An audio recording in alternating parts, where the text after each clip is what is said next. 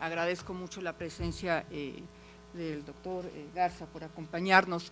La presencia de él hoy aquí es muy importante porque quiero que sepan que este consejo forma parte del gabinete social que estamos constituyendo precisamente, que tiene miras para abordar estos temas, y por supuesto a la secretaria Mercado, que como han visto es fundamental para este consejo el tema del trabajo y la discriminación que ahí se da. ¿Qué está pasando con las campañas? Bueno, esta campaña de despido por embarazo en la Ciudad de México, visualizarlo como una discriminación.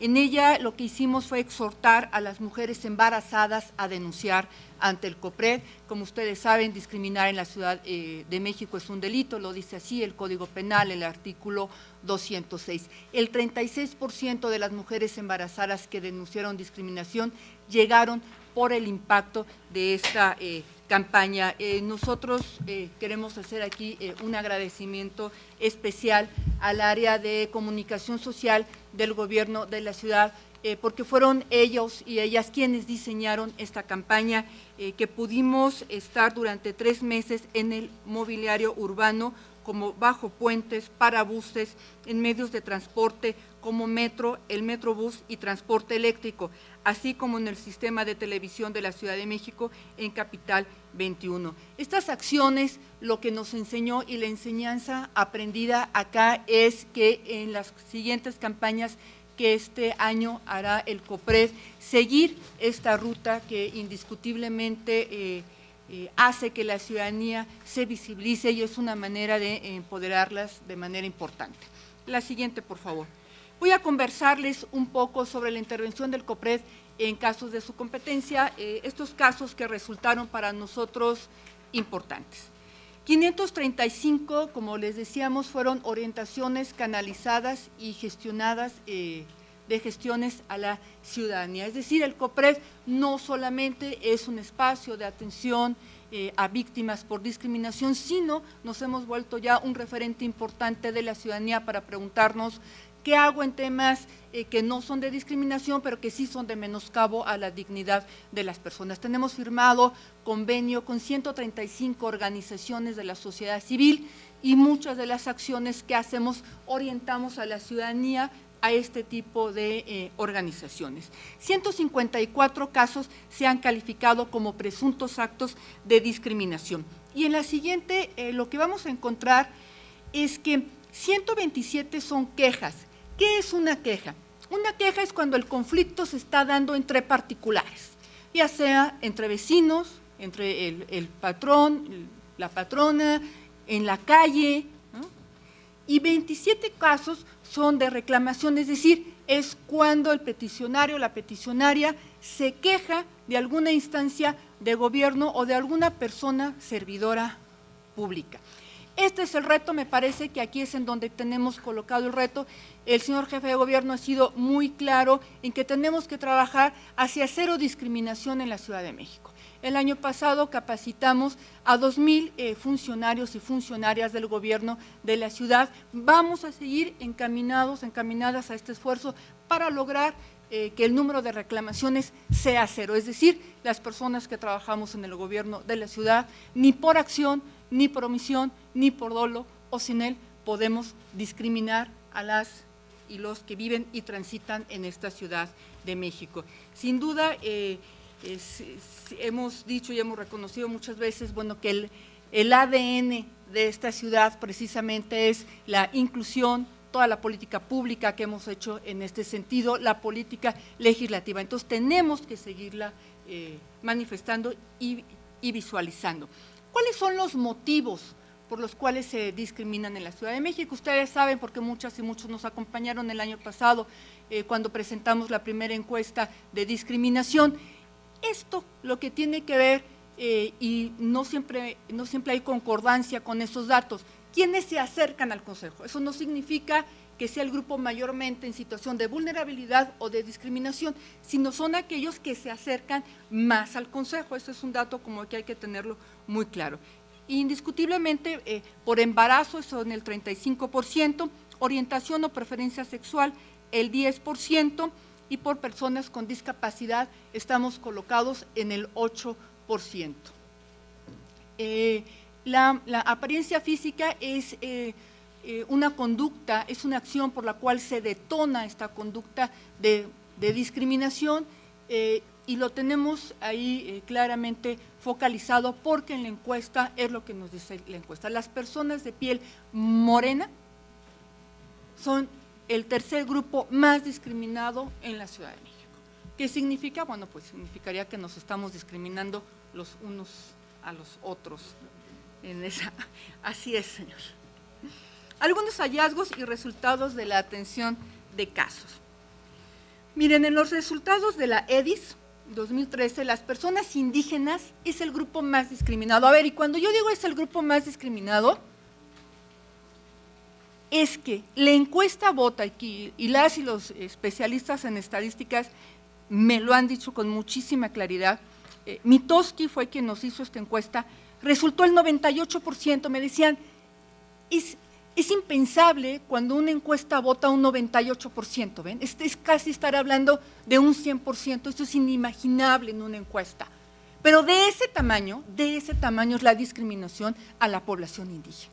Es decir, todas y todas las personas indígenas, mayormente o menormente, pero todas, sufren de algún tipo de discriminación. Y es la ciudadanía quienes las discrimina.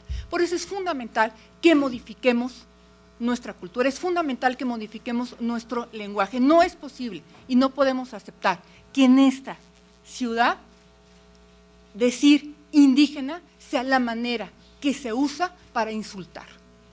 No podemos seguir pensando, ¿no?, que todo tiempo pasado y alabanza a lo que fue nuestra cultura, pero a las y los que están hoy en las calles trabajando con nosotros, a eso sí se le sigue haciendo menoscabo a su dignidad.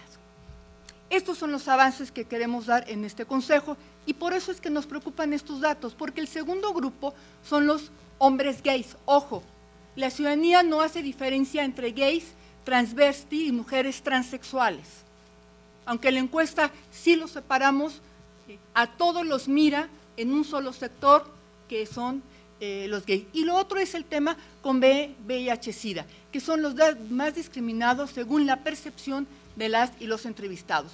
¿Dónde tenemos el reto? Bueno, pues el reto lo tenemos colocado en que hay que empoderar precisamente a esos grupos. Este año recibimos solamente 4 casos relacionados con VIH-Sida y recibimos 5 casos relacionados con población indígena.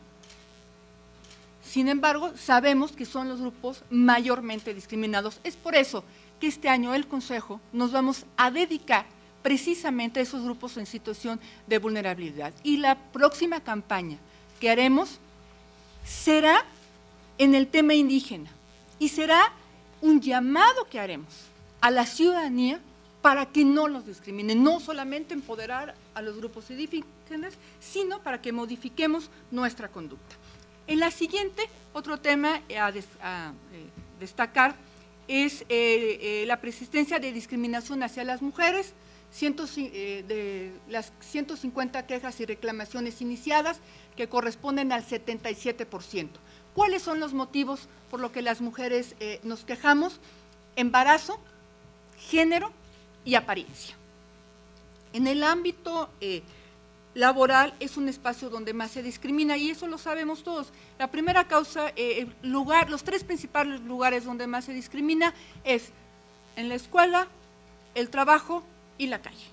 Varía, la verdad es que entre la escuela y el trabajo, un mes es uno y un mes es otro.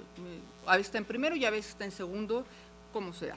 El 33%, el trabajo es el lugar donde más, seguido por la calle el 22%, y alguna institución pública 9%, en la escuela 9% y el transporte público con el 5%. El total de las quejas tramitadas, de estas 127 quejas, el 75% corresponde a presuntos actos de discriminación en el trabajo. Y esa es la principal razón por la que nosotros solicitamos el día de hoy a la secretaria Patricia Mercado que nos acompañara, porque nos preocupa muchísimo cómo estamos viendo el tema. ¿Qué es ese 75%? 57% por embarazo, por preferencia el 7, por género el 7, condición de salud el 5, donde entra el tema del VIH-Sida, apariencia el 4%, y bueno, pueden ir ustedes viendo cómo se despliegan las otras. Ese 75 está formado por estas causales de discriminación. El hostigamiento laboral es también un problema que tenemos de menoscabo de la dignidad de las personas, con 63 denuncias presentadas por mujeres. Ya como última parte de esta participación, tenemos las opiniones jurídicas. Como discriminar en la Ciudad de México es un delito, entonces el COPRED emite estas opiniones jurídicas cuando no llegamos a la conciliación. La primera opinión jurídica que se presentó a nivel del COPRED, pero además fue la primera vez que en México, no solamente en la Ciudad de México, sino en México como país, se visibilizó lo que llamamos odio contra la comunidad judía, es decir, el antisemitismo. Nunca antes en México se había visibilizado el problema del antisemitismo, y por eso es que hicimos esta opinión jurídica. La segunda que hicimos fue discriminación precisamente por el tema de mujeres embarazadas. Y la tercera opinión jurídica que acabamos de presentar apenas el mes pasado fue la discriminación a mujer transexual en la Liga Mexicana de Fútbol Femenil.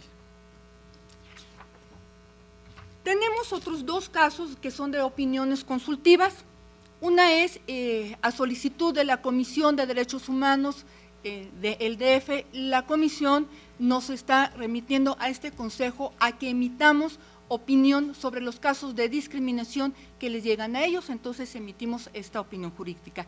Y la siguiente es algo fundamental, es decir, por primera vez la Procuraduría recurre al Consejo para que el Consejo opine sobre un caso de discriminación que trae el MP. Es un caso muy conocido, muchos de ustedes nos acompañaron, que precisamente fue el que se dio en la secundaria número 42 de Tepito, de una joven indígena de 16 años que fue brutalmente golpeada por sus compañeras y que se subió el video a las redes sociales. Hoy por hoy, este caso está ya con el juez y estamos frente a la posibilidad de que por primera vez en la Ciudad de México se sentencie un tema de este tipo y que sea un tema precisamente que abona al apoyo y a la visibilización del problema de la discriminación indígena. Pues esto sería por mi parte lo que es el informe que queremos presentarles el día de hoy. Muchas gracias a todas y a todos.